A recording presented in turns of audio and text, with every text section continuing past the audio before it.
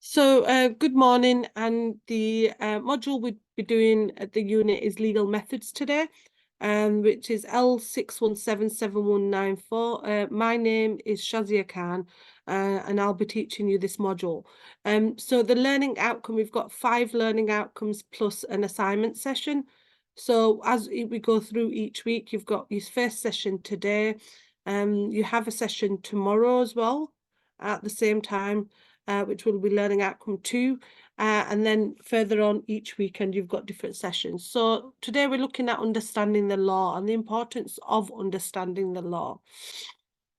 Okay, so the aim of the unit is to equip learners with the knowledge and understanding of identification, interpretation, and analysis of legal sources and materials.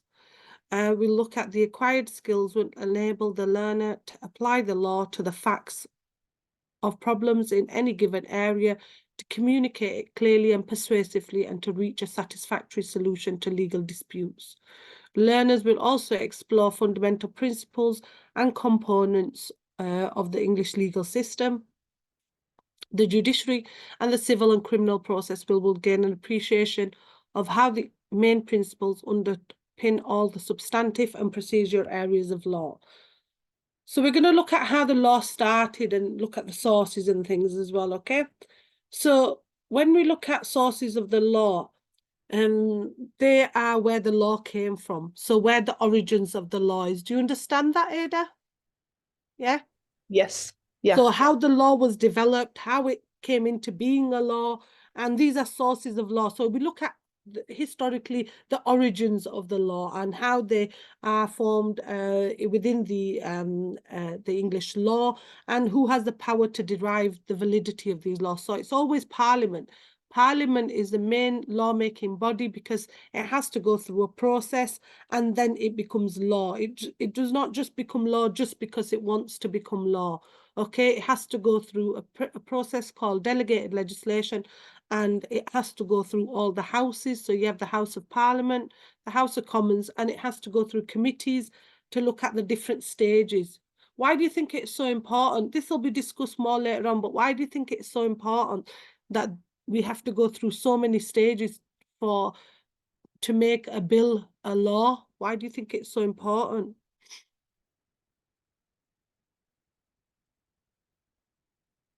Ada? Yes. Why do you think it's so important that we have to have these processes in place? Because we're following the Parliament. Yeah, And yeah, yeah, and also, Ada, sometimes, you know, when one person looks at a law, it might be different to another person. So, you know, getting different opinions helps improve the law, or to say, you know, this is not right with the law. So it does help.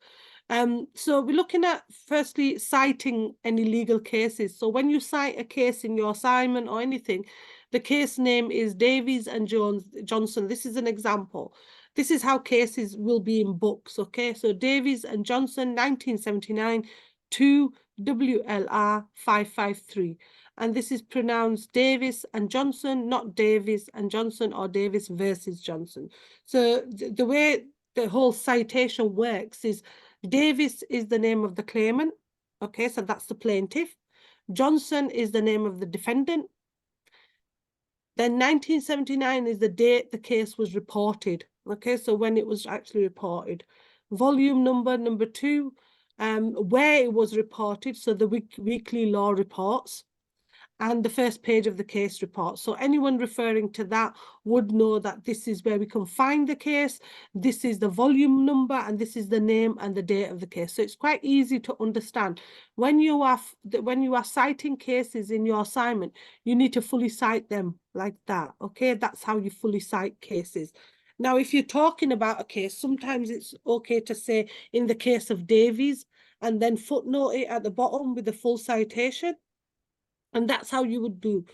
In criminal cases, okay, you always have the R against James, 2006, EWA, CA, Crim 14. R and James, again, 2006 is the year the case was heard. And The EWCA stands for England and Wales Court of Appeal. The CRIM stands for Criminal Law Division of Court of Appeal. And if it's a civil case, it'll be civ decision. And the case number, which is assigned by the court, is 14. And there has to be consistency because each case has to have a number. Okay, so when you're finding the details of that case, it's very important. The law reports, these are really important, and these are a series of law reports which are available. The Incorporated Council of Law Report publishes official law reports on appeal cases, Queen's Bench, Family Division, Chancery Division, and these are referred to sometimes as law reports Chancery with the CH, Queen's Bench with the Queen's Bench Division, KB with the King's Bench Division, Family with the FD Division, and probate. So they go on and on. So these reports are used. These are reports widely used by solicitors and barristers to help them come to a decision, or obviously because they are the best reports that have been used for centuries and centuries. Statutes, these are laws that have been passed. So before a law is being passed, okay, it is a bill. Okay, they refer to it as a bill. When a law is passed, it's referred to as a statute, okay? And these are, to cite an Act of Parliament, use its short title, for example, the Human Rights Act 1998. And then you would have Section 4, Section 6. So these are examples, and these are sections of the Act. Why is it why do we need sections of the Act? Why do you think there are sections in place? To find easier the case. Yes, yeah. Or to find if one section of the Act says this, then maybe Section 2 will say something else. Okay, so it's whether it's relevant to the Act. So the Human Rights Act, Section 19, 1B, that means that's the Human Rights Act is the title of the Act, including the year. Then the S is for abbreviation for the section. Then the section number is 19. Within section 19, you have a subsection, which is 1. And then within that, you have another subsection, which is paragraph B. So that's how you would identify that. Key judicial offices in England system. So you have the President of the United Kingdom Supreme Court. That's the highest court in the UK, the Supreme Court. Okay, that's the final court here of appeal. And the Lord Chief Justice is head of judiciary and president of courts of England and Wales, is the head of criminal division of the Court of Appeal, and is responsible for training, guidance and deployment of judges. It represents the views of judiciary. Now, the Supreme Court is based in London, okay? And it's the last court and it's the final court of appeal where people can go if they feel like their case is not being heard properly. But it's very, very hard. I will be honest with you, it's very hard to get to the Supreme Court. There must be evidence there to identify that your case is strong enough for you to get to the court, the Supreme Court. Master of Rolls is the head of the civil division of the Court of Appeal and head of civil justice.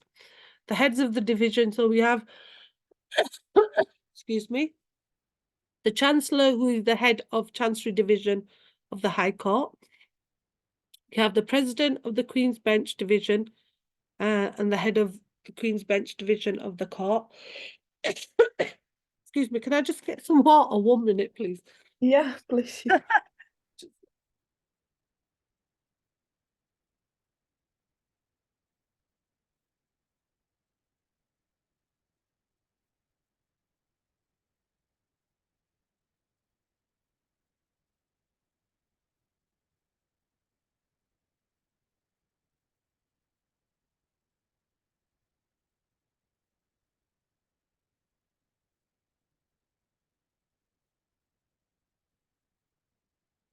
About that, I've just got a bit of a sore throat. And then we've got the president of the family division and head of family division. And the reasoning we have heads of different divisions is that that person will only concentrate with that division because there's so much work. You need these different heads and you need these different courts in place. So the Lord Chancellor, prior to the Constitutional Reform Act, the Lord Chancellor was both the head of the judiciary and a member of a government. Since 2005, the Lord Chancellor is the Minister for Justice in the Ministry of Justice. He has no judicial role, and his previous powers have been transferred to the Lord Justice, who is now the head. The Lord Chancellor retains power over judicial appointments, although the selection is made by Independent Judicial Commission. And I think the reason the Lord Chancellor's powers were taken away because there was loads of issues of the fact that there was biased and things that that the Lord Chancellor shouldn't be doing. So the powers were taken away and given to the Lord Chief Justice, and it works well now. The Attorney General, which is referred to as the AG, is a political appointment and is a legal advisor to the government. He appears in the court for the Crown for important cases. The Attorney General has the power to refer points of law to Court of Appeal in relation to acquittals in criminal cases and against unduly lenient sentences. And the Solicitor General is a deputy to the Attorney General, and the Director of Public Prosecutions, DPP, is the head of independent of the Crown Prosecution Service. And the Crown Prosecution Service is the service that is used by the Crown to prosecute people. Okay, and so they don't work for the police, they kind of work with the police. So if a police arrests someone, then the case would go to CPS. Okay, it's called CPS as Crown Prosecution Service, and they work for the Crown, which is the country, the state. So when we look at self-assessment questions, we look at the issue of what do you think R means in a case, Ada? I'm not sure. It's referred to as, you probably wouldn't know, a lot of people don't know, so don't worry about it. R in a case means Regina. Regina, and Regina means the Queen or the Crown. So it could be the King or the Queen. So the case is from the state, which is the King or the Queen, which is Regina. At the moment, it's the King because we don't have a Queen. Against Smith. So it's the case would be against an individual. So it's for the, it'll be the King or the Queen. So R is for the King, it would be Rex, the Latin phrase, and for the Queen is Regina.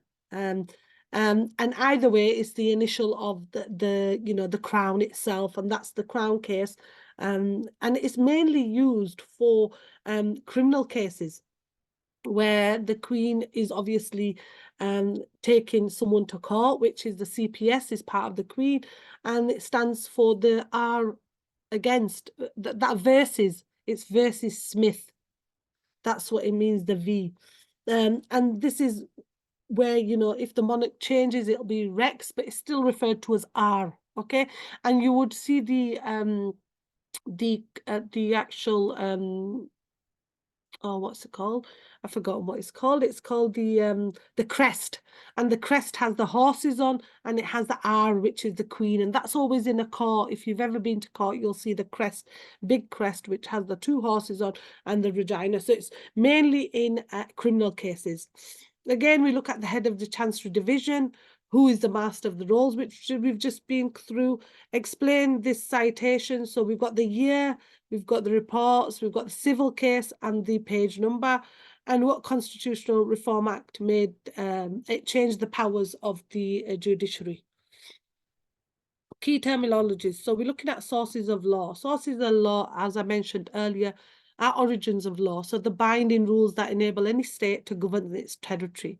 The term source of law may refer to sovereign or to the seat power from the law derives its validity. So this is where the laws come from. You can't just, historically laws were passed all the time. Okay, so it's not that a law has been made up. It has to go through the process, becomes a bill. Could it take a long time for a law to be passed, Ada? In which section? Do you mean the Any laws. If a law is being passed, could it take a long time sometimes? not sure. We've got in the UK, we have an unwritten constitution. So our constitution is not written like America. Now, if there was situations where we needed a law in an emergency, I'll give you an example. Issues of terrorism or something, and we needed a law in an emergency, we could get it through quite quickly. Now, if you go back to America, because they've got a written constitution, if they wanted to change their law, if they need to, I will give you the honest truth, on guns, you know, because some states are allowed guns and things, and there's been incidents where children have been killed in schools with guns, and they're legalized. If they wanted to change their laws in certain states and make it illegal for guns, it would take them a long time, because their law is written down in a book, whereas we have different sources of law. We have so many. So even though we know what our law is we have the flexibility to change our law, to add to our law. In the time of COVID, we needed to change things. And it's in emergencies we're able to change things. So we have an unwritten constitution. And sometimes there are benefits of it, and sometimes there are disadvantages as well. So both ways. But for the UK, I think having an unwritten constitution helps us, you know, to benefit from changes to the law and things. So we've got primary sources of law, and these are things like the legislation. So the acts of parliament, the laws, the orders in council, these are things that are passed. So primary legislation is where the origins come from. So legislation itself. Again, primary legislation is case law. So decisions of higher courts are binding on decisions of the lower courts. So anything that's decided in the Crown Court, the Magistrate Court needs to take advice of that, because it's binding on them, because they are lower court. Secondary sources of law, and these are things that we use quite a lot. Things like textbooks and commentaries by legal writers.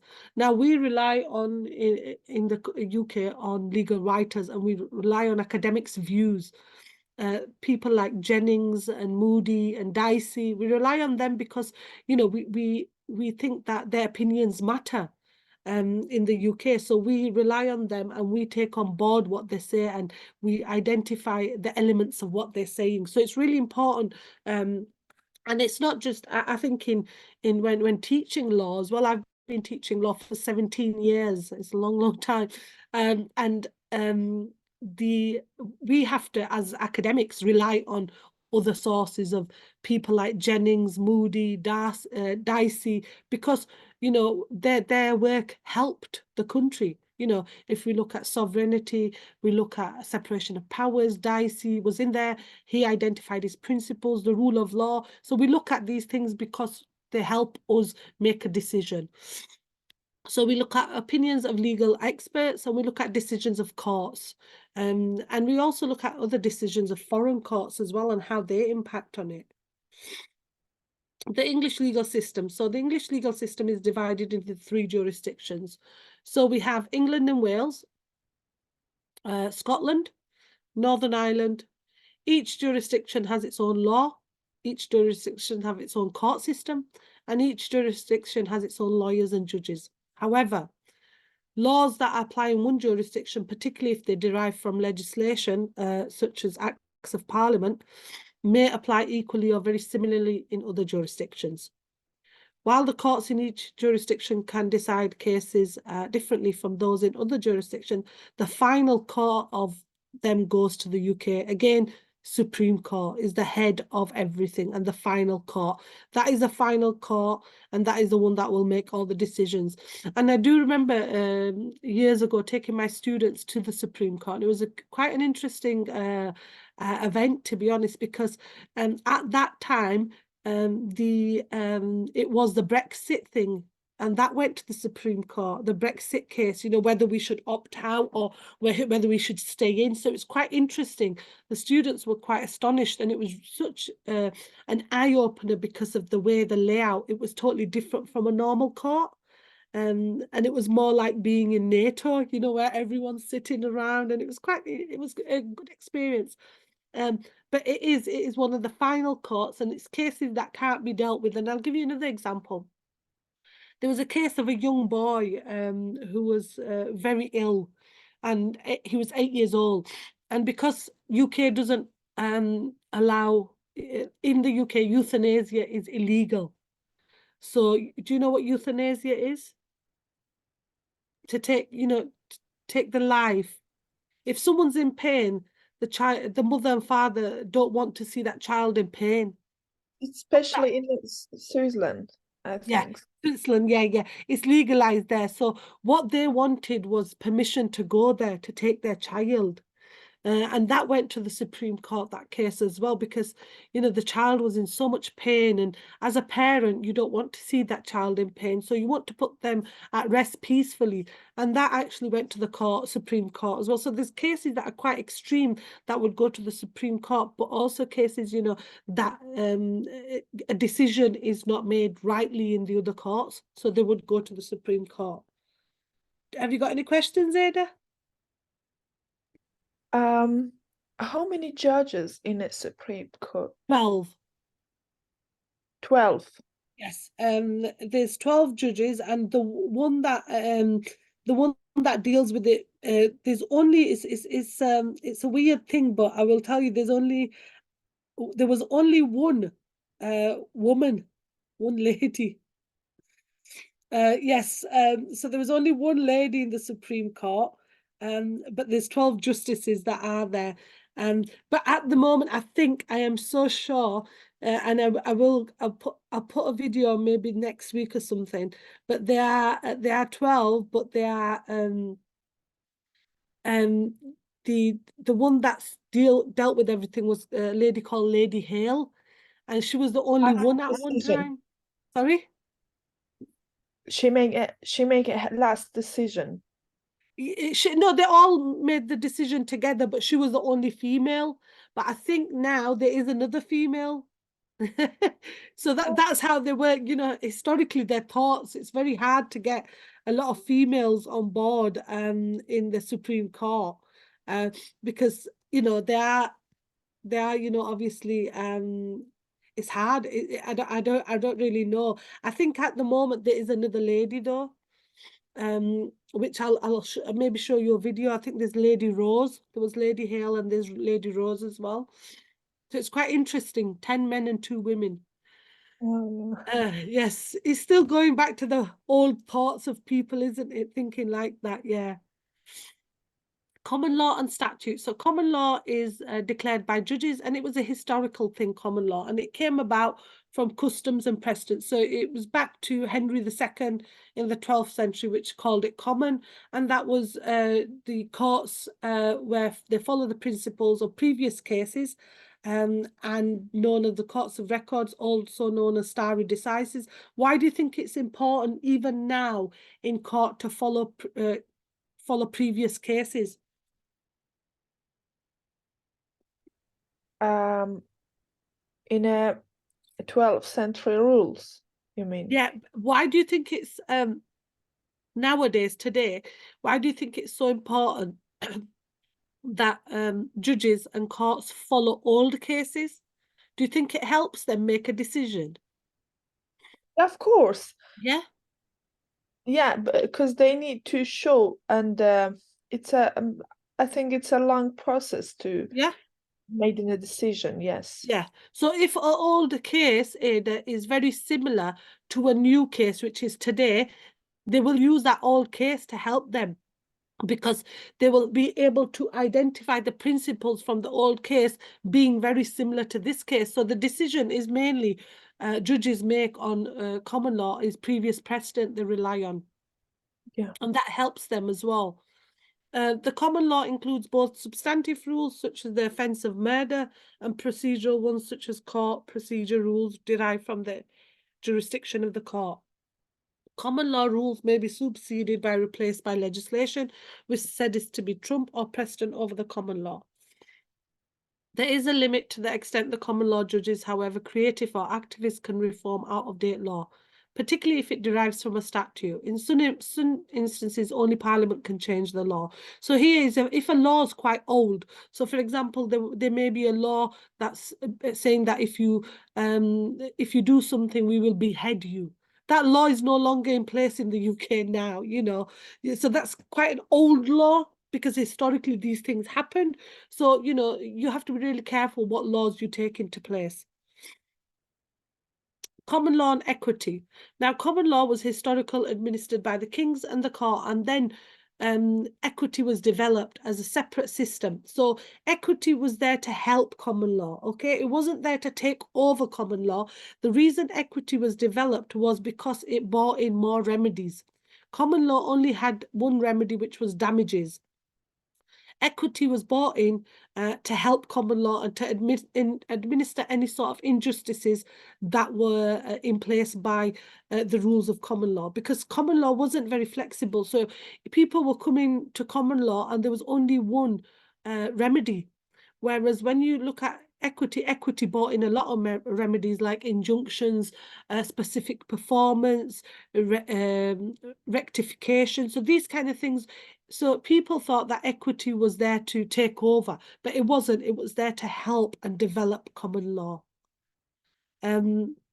Equitable concepts such as trust are now generally dealt with as part of business and chancery division in the High Court.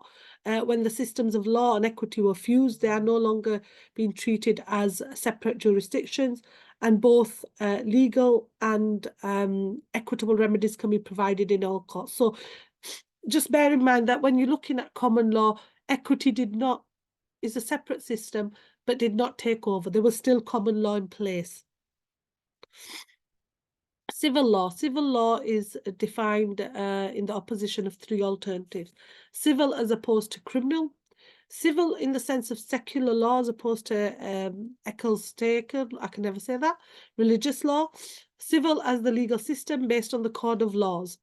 The meaning depends on the context. So a criminal case may be decided in a civil court if the court is a secular rather than a religious one, or is a court of continental legal system, such of that in France. But a civil court in the first instance, such as the Chancery Division of the High Court, is not going to hold a murder trial instead of a case which would be heard at a criminal court, which should have been heard in the Crown Court, not in a civil court. A civil court is more to do with an individual against an individual, whereas in a criminal case, it's against who is it against? What we said earlier. Criminal cases against the what's R? Okay. Queen.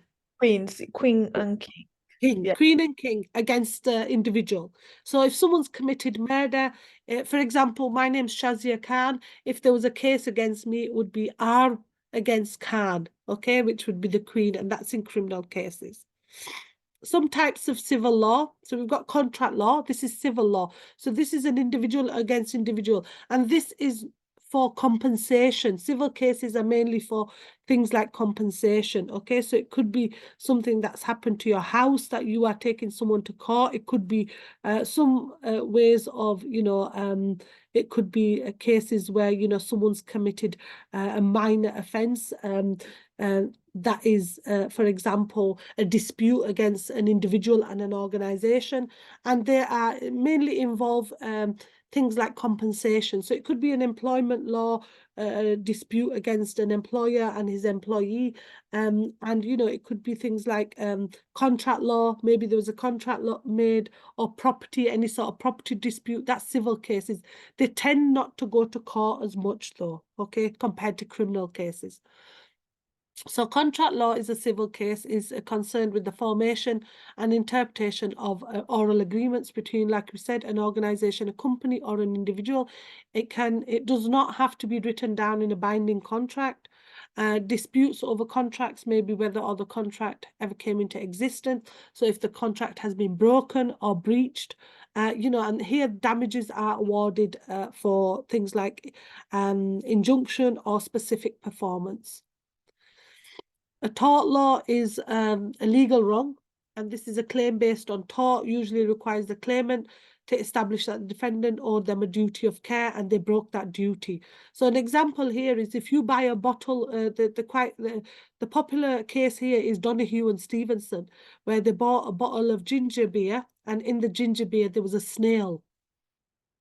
And that was, yes, that was a duty of care where the actual claimant owned a duty of care. The defendant owed a duty of care to you and me as customers buying that drink, because his duty of care is that they don't find a snail in it. So you have a, if I'm working in a shop, I have a duty of care to you, that I am selling something to you that is not, you know, taught, or is not going to hurt you or anything like that. Tort law is to do with defamation, negligence, and a nuisance. So the misuse of private information sometimes can be a contract in tort, where someone has said something about you. There's a nuisance can be there if you have a neighbour who's a nuisance, and that's a case in negligence. Maybe the fact that if you go to the hospital and the doctor performs an operation on you and negligently leaves some sort of, you know, utensil or stencil inside your body, causing a medical negligence case. There's been lots of medical negligence cases in the UK where people have been incompetent, doctors again or nurses, and people have taken them to court. I've known lots of cases where people, you know, I've had friends that have been left. You know, one of my friends got a swab, you know, the cotton swab left inside her body when she had a baby, inside her stomach. And that swab caused infection, which they had to cut her stomach through, and she had 2 stomachs. Yeah, and then she actually claimed for negligence, and the court actually agreed that what the hospital did was negligent. So it's sometimes quite hard to prove it, but if you go to a hospital and then you are sent to another hospital, the doctors will vouch that what the first hospital did was negligent. So if you have the support of, you know, other doctors and things like that, you're able to take a claim for negligence. Understand. Yeah, it happens quite a lot. It's something, you know, people don't talk about a lot, but it does happen. Company law is concerned with trying to form and regulate a company, which is a separate legal person from an individual. So if you have a limited company, you have more than one person.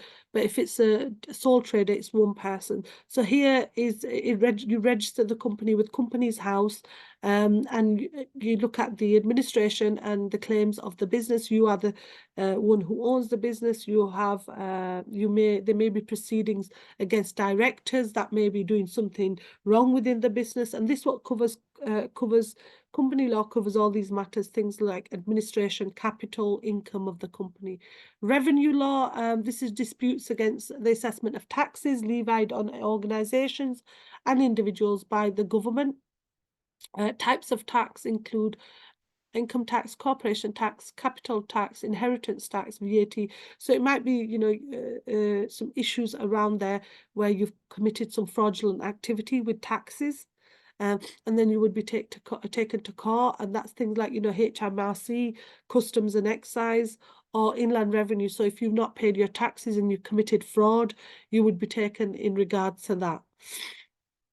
Intellectual property. Now, this is quite interesting because this looks at copyright, patents, and is concerned with the rights and duties relating to design copyright. So if someone takes your design, so if you've, for example, Ada designed a mobile phone holder, It's okay, like just plagiarism. yeah, very similar, yeah.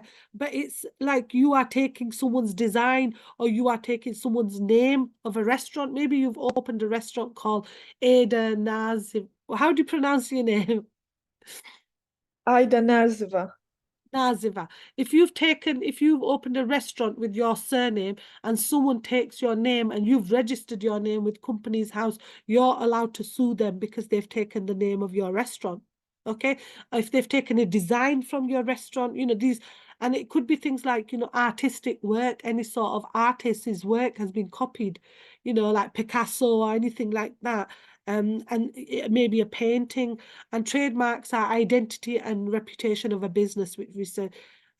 Claims for passing off, so where a business passes itself off, its products as those being by another business, are considered part of intellectual property. Some intellectual property rights have been registered before they're enforced. So it's good to register your rights and your company name before you can take it to court, because there's no case. If you can't identify this is your design or this is your copyright, then it's very difficult to take it to court. Media and communications laws. Media disputes over the regulation of content published or broadcasted by the media organizations, and individuals such as journalists who generate the content. Information is concerned with the rights, freedom of information, data protection. Communication law includes telecommunications, the internet and social media, even though it's considerable overlap with media and information law. They are all among the types of businesses dealt with by the media and communications list in the Queen's Bench division. Family law, another interesting part, very close to my heart because I teach family law, is concerned with marriage, divorce, children, and matrimonial finances. So it could be things like, you know, where your marriage has broken up and you want to try and get parental responsibility for your child. So it would involve the parents and the guardians over disputes about care proceedings, anything in regards to where the child will live, where the child's and you know, it's really important in family law cases, and the courts would take into account the right of the child. So they don't always take into account the right of the parents. If the child is old enough to say they want to live with one guardian, they will take the right of the child into account. And they always look at the best, it's an ideology that's been used, the best interest of the child. They always look at that. The courts will always take that into account. And it could be things like, you know, for example, if there's been issues of domestic violence and one partner is not safe for the children to live with, and the other partner has to, you know, argue that in court and prove that. But it does happen. So when you go to family law cases, they're more private than any other cases because it's more sensitive. So they tend to, you know, look at cases from in a different court, but more in a sensitive view as well, because there's children involved at that time. Cases may involve relate to children to medical treatment by, you know, that they don't have the lack of capacity, they're unable to give consent. Like I was talking about euthanasia, you know, a child cannot give their consent if they have the capacity is not right, and that will be dealt with by the Court of Protection, and it will look at the adult as well in that instance, you know. Sometimes in some cases, you know, the child is mentally incapable of making their own decision, and that's when the parents would come in, and it is more private. And I admire, you know, the court service for having the family law courts private, because, you know, the issue of sensitivity and case children are involved, so, you know, things like this need to be more sensitive. So the Sorry, yeah, no, it's okay. got a question. Yeah, The child under 18, yeah, they've got a right of decision yeah. for parents. No, Yeah, yes. I have known cases where I've dealt with children that were 10, and they were able to write a letter to the court or the judge and say where they wanted to stay. And the judge accepted and gave guardianship to the parent, one of the mother or the father, you know. So there's been instances where I've dealt with cases where the courts have taken into account, because the mental capacity of a child, if they're normal, they're able to decide these things. So, you know, I know when a child becomes 18 is independent, but below that, the child has the capacity as well. And judges will take that into consideration, which is quite good as in a way, because it gives them the right to, you know, identify where they want to stay or with which parent. So it's quite good. It's quite good that the judges take that into account. yes. What's that, Ada? I think that's good. Yeah. Yeah. I think if they are not mentally capable, Ada, I think you know, the courts need to intervene, because, you know, the child is, their mental capacity is not right. But sometimes a child, if they're 12 or 13, they're able to identify, you know, which parent they want to live with. So they will say it to the courts. And the courts always, and I will tell you this, look at the best interest of the child. 1.1 distinguish between primary, secondary, and delegated legislation. So primary consists, as we mentioned earlier, acts of parliament and statutes. Secondary is things like delegated legislation. So you've got legislation, additional laws to make powers. In contract law, administrative law, delegated legislation is an act of giving the person the responsibility of carrying out the performance agreed in a contract. So there are 3 different types of delegated legislation: orders in council, statutory instruments, and bylaws.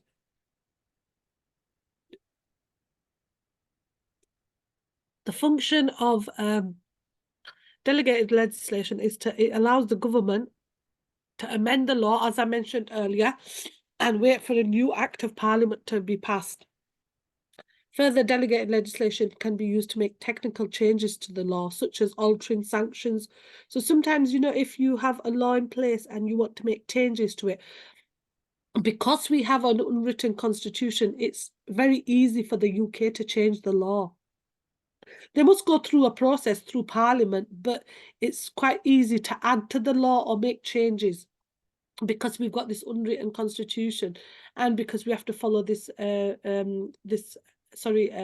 this legislation, delegated legislation, and we follow the elements and the process, we can change the laws. And if there's emergencies, we can change the laws in emergencies, in times of war and things like that. It's like a policy or a law, we can change a law, we can amend a law. So if it says here, like if we have to make any technical changes to the law, such as sanctions being given. So if we wanted to change the law in regards to sentencing someone, we have to relate the law to the sentencing guidelines. So if the law needs to be changed, for example, I'll just give you a quick example. The law may need changing. The law has recently been changed for mobile phones, that you get 6 points and £100 fine. There was a need for that law to be changed quite quickly, because people were using phones whilst driving. So they brought that law in quite quick. Also, there's different laws in place that are being brought in regards to the fact that the government is allowed to check your bank accounts now, with people getting benefits. And I don't agree with that, but there will be a law that will come into place with that.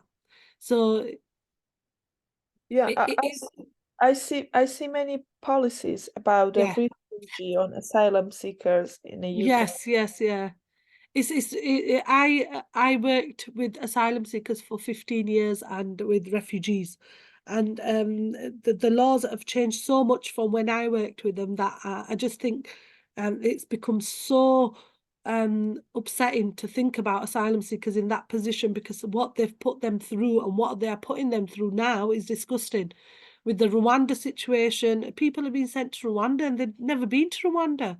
People are living on £30 a week, which is disgusting, and being given a small little room to live in, and that's families with children, And I would be the first one to disagree with any of the laws on refugees or immigration, because I used to practice it for 15 years, and I dealt with lots of good clients, and lots of bad clients as well, but there's always good. I've always dealt with and genuine people that have come across, not to live the life of the UK people, but for protection. Do you Yes. know? And that's the way the government doesn't see it. So some of my views on the government, I don't I don't agree with. Lots of views, but that's how it is, and I think it's wrong, because I just think people don't understand the issues around it. Yeah. So types of legislation, again, primary, secondary. So you've got primary being contained in an act of parliament. So you've got public bills, private bills, and public bills. Scotland, Wales, and Northern Ireland also pass primary legislation. Secondary legislation, also subordinate or delegated legislation. Legislation delegated to ministries by an act. Only small group amount of is considered by Parliament. So we've got regulations, orders in council, orders, statutory instruments, and statutory codes of guidance. Primary legislation, the law that is made by an act of Parliament. So before a law is passed, it's referred to as a bill, okay?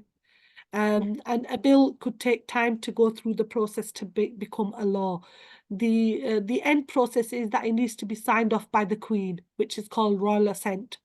Okay, so nothing can become a law unless it's signed off by the Queen. Even though the Queen or the King doesn't know anything about the law, they don't need to know about the law, they just need to sign it off, and that's called royal assent. A law does not become, a bill does not become a law, sorry, unless it's gone through the House of Commons, House of Lords, they've made amendments and recommendations, any sort of changes. It has to go through a lot of stages before it becomes a law, and then it has to be signed off by the King or the Queen. Government bills dominate the business of Parliament. Bills are introduced by Parliament, who pilot it through the parliamentary stages, and then opposition. When a bill is being passed, there's also people that oppose the bill, so they may not like it. So then it may go back to the House of Commons, back to the House of Lords, back and forth until it becomes a bill. So that's really good that we've got quite a rigorous process, because some people may not agree with it. They may want more changes to it. But because we have this rigorous process, it goes back and forth, and then it goes through to becoming a law. It's not something that becomes a law straight away. And it's good to have that in place, because then you know that a lot of people are looking into the law and having a look at what it is. We have secondary legislation, which also referred to as subordinate legislation. They are not acts of Parliament. They are. It is very similar to administrative law in the United States. Secondary legislation includes regulations, directives, decisions of council, and most of acts in the UK are provisions to allow secondary legislation. The two types of secondary legislation: delegated legislation and prerogative legislation, which allows those powers to certain officials to create laws, rules, and regulations. 1.2, so explain the hierarchy within statutory sources and the case law. So what is statutory source? Statutory law or statute law is a written law passed by the body of legislation. Statutes may originate from national, state legislations or local municipalities. So you've got the Constitution in that triangle, statutes and regulations and procedures of code of conducts. There's 4 sources of law: legislation, common law, European law, which we still use, even though we're out of the EU, and the European Convention on Human Rights, which helps people in regards to, you know, if you've got articles of the convention, if you, for example, again, going back to asylum cases or immigration, you've got Article 8, which is the right to family life. You've got Article 3, which is the right to not be tortured from, you know, your own country, whichever country you're from. And people don't like the European Convention on Human Rights because they say it's too wide. And I work with this, I work a lot when I deal with teaching public law. We deal a lot with European Convention on Human Rights because it helps individuals, especially asylum seekers. It helps them with their cases, but it's not often used, and people don't like it because they think, you know, why should we have these rights? But legally, we have these rights. 47 countries have signed up to the European Convention on Human Rights, and one of the countries is UK. So we should be taking these rights into account when we look at these cases. And that's a discussion for another day, but I don't agree with what the government say about the European Convention on Human Rights. The hierarchy of law, so you've got the Constitution, and you've got international laws, statute laws, common law and case law, regulations, procedure, codes of conduct and guidelines, instructions and policies. And in there, in the diagram, it identifies each one. So you can have a look at that in your own time as well, okay? The hierarchy of courts. So again, this is the hierarchy of courts. So we have the magistrates' court at the bottom, and the trial for most criminal cases, some civil matters. Then we have the county court and the family court as well. Then it goes up to the Crown Court, and that deals with trials and criminal cases, any sentencing from the magistrates' court. If you don't agree and if things go wrong, you could go to the Court of Appeal to appeal the decision, or the High Court, which deals with the first tier and the upper tier. We have the Court of Appeal, which deals with appeals on criminal or civil division, and then the highest court is appeal only on points of law. So if there's any issues around any points of law, that have been inflicted or any sort that you don't agree with, you would go to the Supreme Court. But it's very hard to get up there because you have to pay to get to the High Court, Court of Appeal, and then to the Supreme Court. So it's quite a big challenge and a big drop. People do go to the High Court. I've known people recently that have gone to the High Court for human trafficking cases, you know, trying to appeal it, but they've not been allowed. So it's quite hard. Then you have the first tier, upper tier, Employment Tribunal and Employment Appeals Tribunal. So here, when we look at the tiers, it's things like immigration cases that are dealt with, or asylum cases. You know, if an asylum case is refused or an immigration case is refused, they go through this tier system, and they have different tribunals for each one. And it does help, because I think mixing them up with the High Court or the Crown Court would cause a lot of issues. So having them separate would be a good thing, because you have the employment cases, you know, discrimination, anything constructive dismissal. Then you have immigration, which may be an asylum seekers. And at the moment, you know, the asylum cases are going through but being refused quite a lot. Yeah. Stages in the lawmaking process. So this is what I was talking about. So you have the introduction, where a bill is introduced by the government or a member of parliament, the first reading. Then you have a second reading, you have a committee stage, and then reporting stage and third reading. And this is the House of Commons or Lords. Then that happens in the House of Commons. Then you have to go to a first reading, second reading, committee stage, report stage, third stage, and that's in the House of Lords. So there are quite a lot of stages that you have to go before it goes to royal assent. So once both the houses have approved the bill, the Prime Minister presents this to the monarch or the King or the Queen, and it will be signed off by them and then become an Act of Parliament. So then it would become law. But the Queen, remember, the Queen doesn't have much of a say in this. Okay, she wouldn't know. She signs off lots of laws. The King, sorry, signs off lots of laws. They don't have really a say in it, because they don't have that position. They have a ceremonial position. They don't have the position of signing it. You know, they'll sign it off because it'll have gone through all the houses and quite rigorously, because they have trust in their ministers, but they won't know that much on the law as such. So they'll sign it off and say there's a need for it. To me, to be honest, I think they should have more of an input to know what they're signing off and things. They will know the basics of it, but they won't know the full things, you know. And sometimes they may have to, you know, go through them, go have meetings with ministers to maybe discuss it and things. But this is quite a rigorous process, so it goes through the House of Commons and the House of Lords. 1.3, explain the impact of Human Rights Act. So what are human rights? Human rights, again, are our basic freedoms, and we as individuals have the right to life, have the right to our religious belief, have the right to private life, and things like, you know, taking into account the Holocaust and World War II, and you know, we have the Universal Declaration of Human Rights, and it looks at fundamental freedom rights. Whether individuals take that into account and whether the courts take that into account is another thing. It should be taken into account, because we are part of the convention, and these human rights are there to protect us. Sometimes people don't understand that they have these human rights. Even in this country, British-born people don't know that they've got these rights. So when I'm teaching human rights, I always say to them, you have the right to religious belief. You can wear what you want. Nobody should prevent that from you. You have the right to speech. You know, you have the freedom of your own expression. You have the right to security and liberty. You have the right to not be punished by a police officer, you know, in a cell, because that's your right. You have the right to a fair trial, but people don't really know. It's quite a shock sometimes, the people even living here. What is the European Convention on Human Rights? So the European Convention, drafted after World War II, and it was set up in 1951, and it came into force in 1953, and it's got articles with it. And like I said, Article 3, the right to prohibition and torture, that no one should be subjected to any sort of inhumane or degrading treatment or punishment. And this could be things like, you know, for immigration and asylum cases, if you look at the fact that if someone has come over from a country and their human rights has been violated, for example, if you get someone from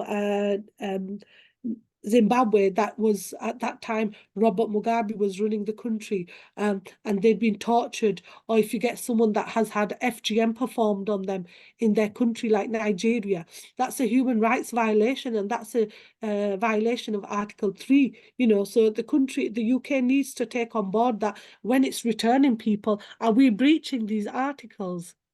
Yeah, because I think the law is not accepting FGM at the Yeah, moment as a yeah, case. yeah. Yeah. I am on the FGM committee, so I work with people that also on the FGM committee. So I work with a big company, a big organization, and we deal with FGM. And over 20,000 girls are sent every year from the UK.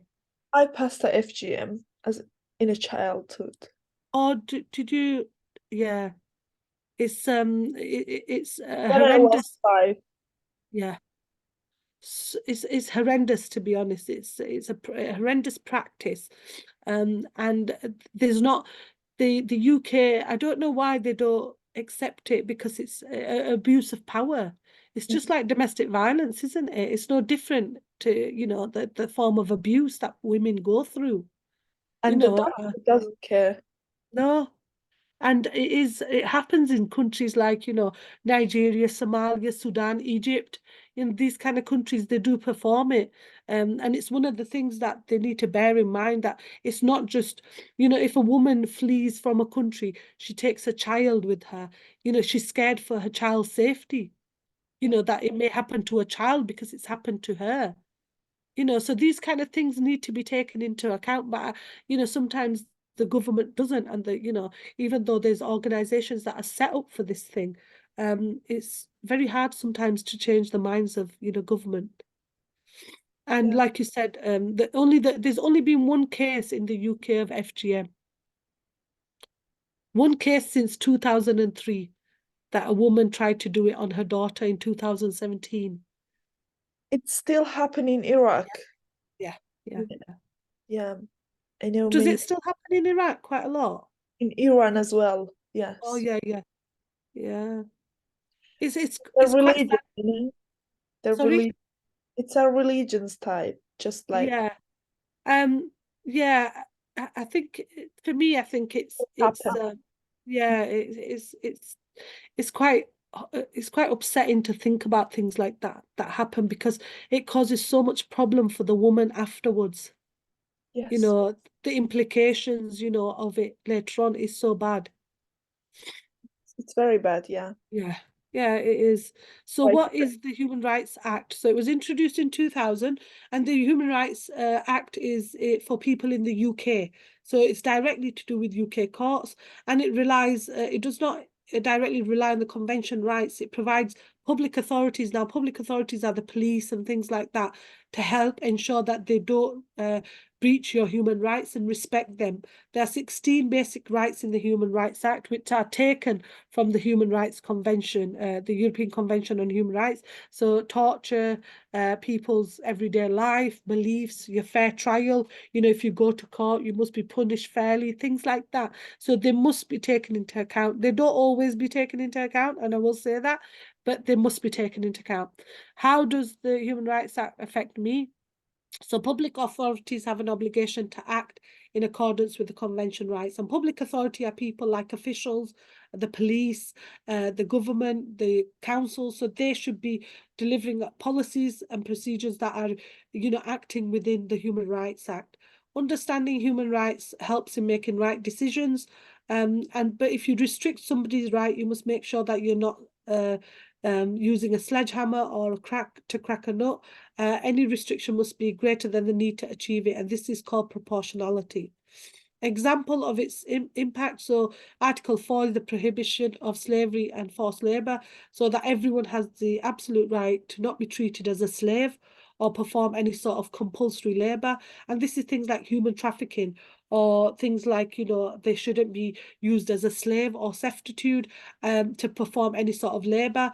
And the Act looks at 4 types of work. So any formal work that's part of a normal civic obligation, the work done during a legitimate detention, compulsory military service or civilian service, or community service in a public emergency.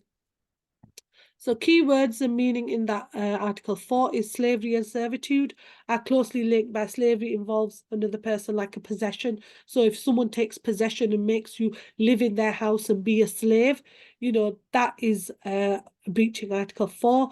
Forced labor arises where you perform a job and you know they don't give you the amount they should be giving you. They keep you. There's been instances where people have been kept at home in work in bad health conditions and been sent out to work, and then the one person that's human trafficking and slavery and things, and they make them work and take the money off them. So that's happened quite a lot as well. 1D1, so this is an extension activity, analyze the tension between secondary legislation and the principles of separation of powers.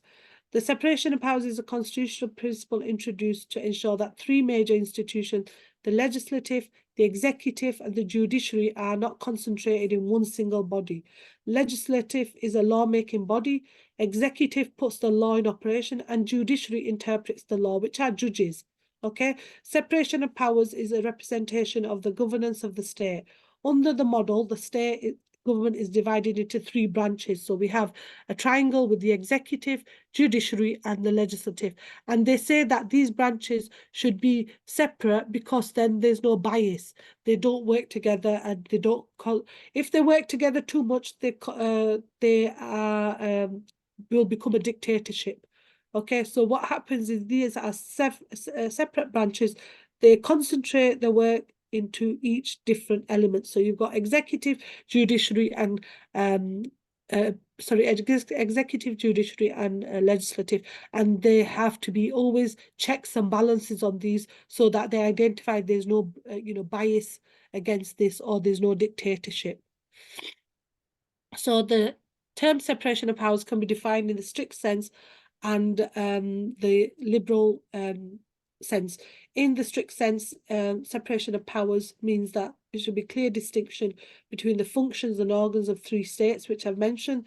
There should not be any overlaps between their functions. In liberal sense, separation of powers means that there could be overlaps in functions.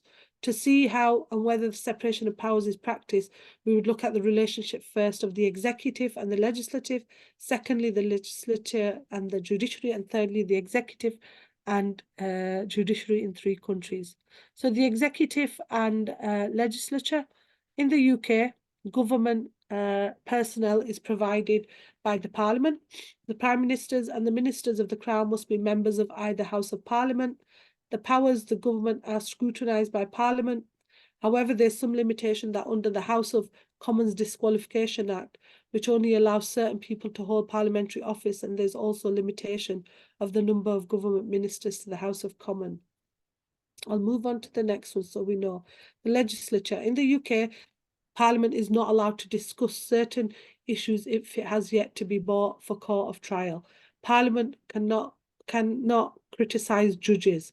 However, since UK adopts parliamentary supremacy, Parliament has the power to influence judiciary. Parliament can dismiss any court decision through legislation, and judiciary is supposed to interpret the legislation passed by the legislature. Judges are also said to play the function of legislature by applying the doctrine of precedent and by interpreting statutes through statutory interpretations. Basically, judges give meaning to statutes passed by legislature and the meaning. So judges are also said to make law in cases where there's no certain law for certain areas. Judges would come up with reasonable new principles. So judges would like to make the law, but Parliament has the supreme power to make that. In the UK, for this is the executive and the judiciary. In the UK, the prerogative is part of common law. Judges actually define the existence and scope of the prerogative. Apart from the law officers of the Crown, such as Attorney General, Solicitor General, are members of the government. The law offices have a duty to advise the government and ministers. Judicial review is a way that is exercised by courts to ensure that executive do not abuse their powers, because that's why they have this separate, each organ, executive, legislature, and judiciary, because they don't want to see any abuse of power. If they all work in one, there will be so much abuse of power. So dictatorship and abuse of power. So if they work separate, they will work better separately. So in conclusion, the doctrine of separation of power is only theoretically, and reality it is not really practiced. The judiciary should be independent and neutral to protect the rights and liberties of the people. There should not be an influence or pressure from any parties, but in the case, the executive appoints the judges. The executive, on the other hand, should not have so much power as to appoint judges, so it may be on the side, and legislators should have the power to make laws they like. This is to prevent abuse of powers, as I mentioned, by the organs which may affect the rights and liberties of citizens. In some cases, overlapping between the three organs is unavoidable. So, you know, they can work together, but they should not just, you know, they should not just have one power. One power should not be vested in one organization or one organ. They should all have their separate work to do because it works better. They can work together, but it's better that they have their separate organs. So these are some of the references we've used in today's learning outcome 1, and that you could use when it comes to doing your assignment, and there's links to each one there. Okay, so have you got any questions, Ada? No, everything was clear. Thank you. Clear. Appreciate. Have a read of it. If you have any questions, we can we've got it tomorrow as well, haven't we? We've got learning outcome 2 tomorrow. So if you have a read of it, I'll give you a summary at the start of what we've done, and then if you have a read of it, if you've got any questions, ask me any questions. So can I have this PowerPoint? Yes, I think it's on Moodle. Can you get access to Moodle? Yeah.